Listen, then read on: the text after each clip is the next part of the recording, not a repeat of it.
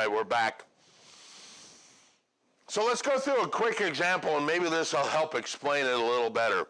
So suppose I'm sitting at home one day, and Sears comes knocking at my door. And Sears says, we put a roof on your building in 1982. That's a valid lien. You owe me money. And I'm going, okay, hold on a second. 1982, wait a minute, I didn't own the property in 1982. So I'm going to look to the person I bought it from, which was Sue. And Sue promised me what? She sold it to me through a general warranty deed. So she promised me further assurance, which means she'll help me. She promised me that there was quiet enjoyment, and that's not true. Sears is knocking at my door. And she promised me what? What was the other one? Forever, warranty forever. So I call up Sue, and I'm like, hey, Sears is knocking at the door, said we owe him money for a roof. I didn't own it in 82. You sold a general warranty deed to me. Pony up. And Sue goes, oh, okay, yeah. Wait a minute, 1982. I didn't own it in 82. Hold on. She bought it from a general warranty deed from John.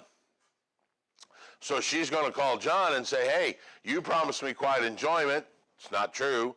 Further assurance, you got to help me. Warranty forever happened in 1982. John's like, okay. Well, wait a minute. I didn't own it in 82. And you can see we can play this game all day. All right? So there's where the general warranty deed comes in, because it only protects you from things that have already happened. And I've got the protection behind me. So when I go to sell this property, I can sell a general warranty deed because I have got an unbroken chain of other people that if it goes before me, hey, I'll pass it off to the guy behind me. Question? Yeah, what if John passes? It's really not John. It's John's insurance, title insurance company. All right? So it's not like it's really John. The question is, once if John passes away and he's dead, it's not really John per se. It would be my title company calls that insurance company, calls that insurance company, and we may not even know it happens. All right? You know, Sue's in this chain, but may not even know it happened.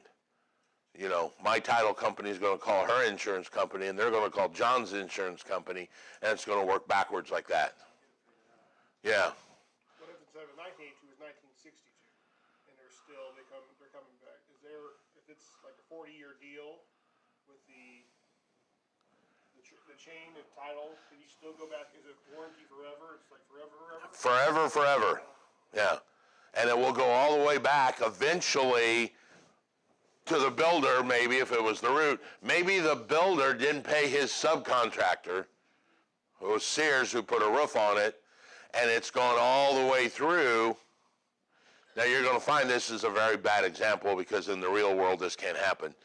But I'm trying to prove a point here. All right? In theory, it goes all the way back. In theory, it would go all the way back to the root of the title. They go all the way back to 1785? No, because practically they only go back 40 to 60 years, and I think Indiana only goes back 40 years. Yeah, the theory is if no one's made a claim in 40 years, they're not going to make a claim. All right? So they won't go back to the 1890s, like in buildings downtown Indy. There's 1890s stuff down there. They're only going to go back 40 years. And the claim is if somebody comes up and goes, well, you know, my grandpa put a roof on this house in 1745. Cool, I'd pay that just to have your signature. Now let's change the story. John, not this John, because he would never do that, loses a house to foreclosure.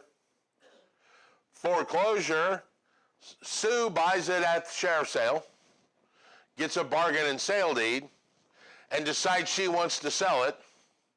So she puts it on the market. So I say, okay, I'd love to buy your house. I want you to promise me you own it, which is called the covenant of cession. I want you to promise me that you're going to remove all the liens, warranty forever, quiet enjoyment, further assurance, all that. And she says, sure, I'll promise that. Title company says, no way. Because there is a cloud or a broken chain. Because behind her would be who?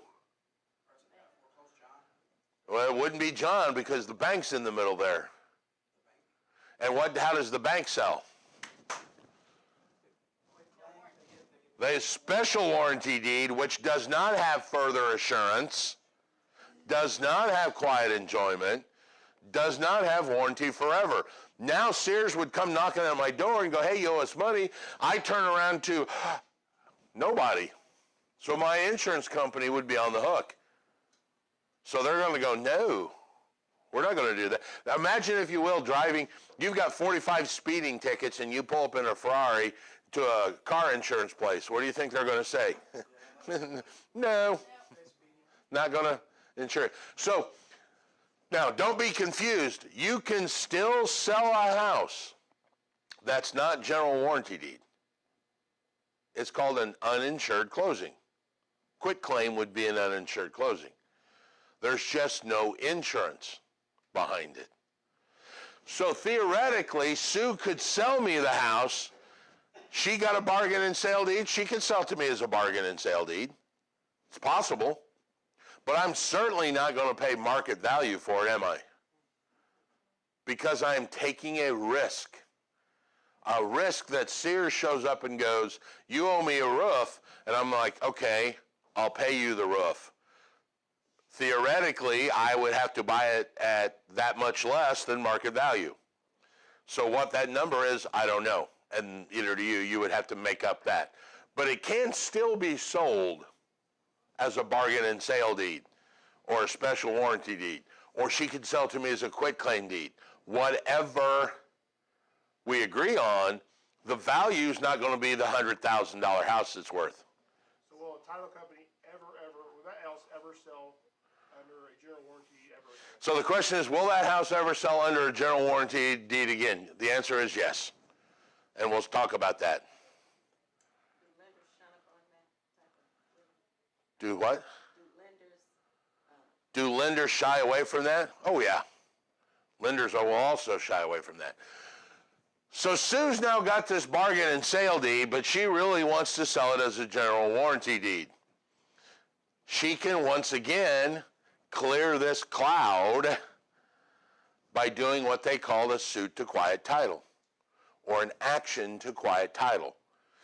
It is a legal maneuver where an attorney actually goes through a process, and you guys have probably seen it on the news, in the paper, where does anybody have the responsibility or a claim against the property located at 12 Smith Street? If you do, you must make your claim to, Dewey, Cheatham, and Howe attorney by Monday of next week.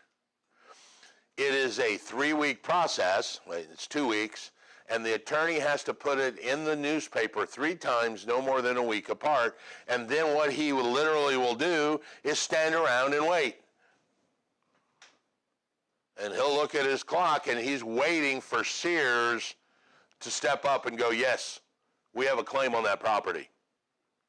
Meantime, while that's going on, the title company will actually do an abstract of this property.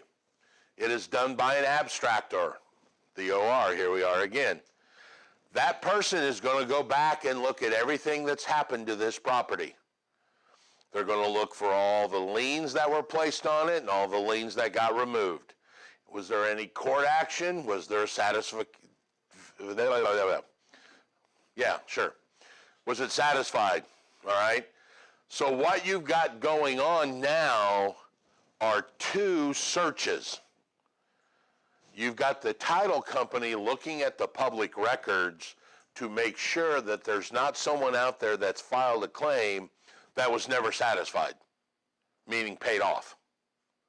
And what you have is the attorney in the private world looking for any unrecorded liens that may be out there by making the statement of, if you've got an interest, come see me.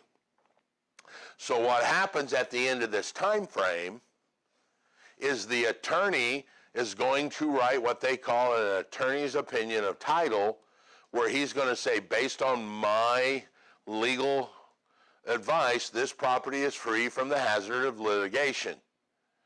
They are then going to take their public search, where they have found what we call net zero, meaning for every lien there's a release, and they're going to say, oh, okay, there's no private liens out there.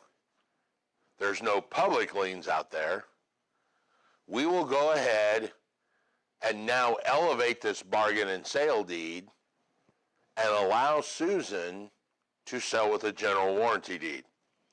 Now, when Sears comes back and goes, hey, Raymond, you owe me money, I'm going to turn to Susan and go, hey, general warranty deed, warranty forever. And that attorney or that title company is going to get a hold of the attorney, and they're going to call Sears and go, dude, you blew it. You missed your opportunity. We made publication, service by publication. You missed it. Your claim is no longer valid. See ya. And they lost their claim. Now suppose the other way. Suppose the judge goes, well, attorney, did you do your suit to quiet title? And he's like, well, you know, it was kind of short money, and we went to Florida, and I really didn't put it in 3 times, so I really didn't do it the prescribed method. The attorney may, or the judge may say, you know what, Sears, your claim's valid. But here's the kicker. There's already an insurance policy in place. So the insurance company will pay off. But then they're going to turn around and sue the attorney because he said yes, and he basically lied. So would Susan become the new root of the property after all that's done? No. She would, that whole process would be recorded, and it would be a recording in, so, you know, 40 years down, well, not 40, let's say 10 years down the road, they're going to see that there was a foreclosure by John, bought by Susan. She went through the process to suit to quiet title. Now, it kind of starts the clock over, but in a search, it's still going to show up. Yeah. All right? But for all purposes of it, it goes general warranty like 3 other times. It will start the clock for general warranty deed again, because they're going to go, well, Bob bought it from Raymond, who bought it from Susan, who went through a suit to quiet title. So yeah, they're still going to be able to sell it that way. Sometimes they call it an action to quiet title. All right. Any questions? No.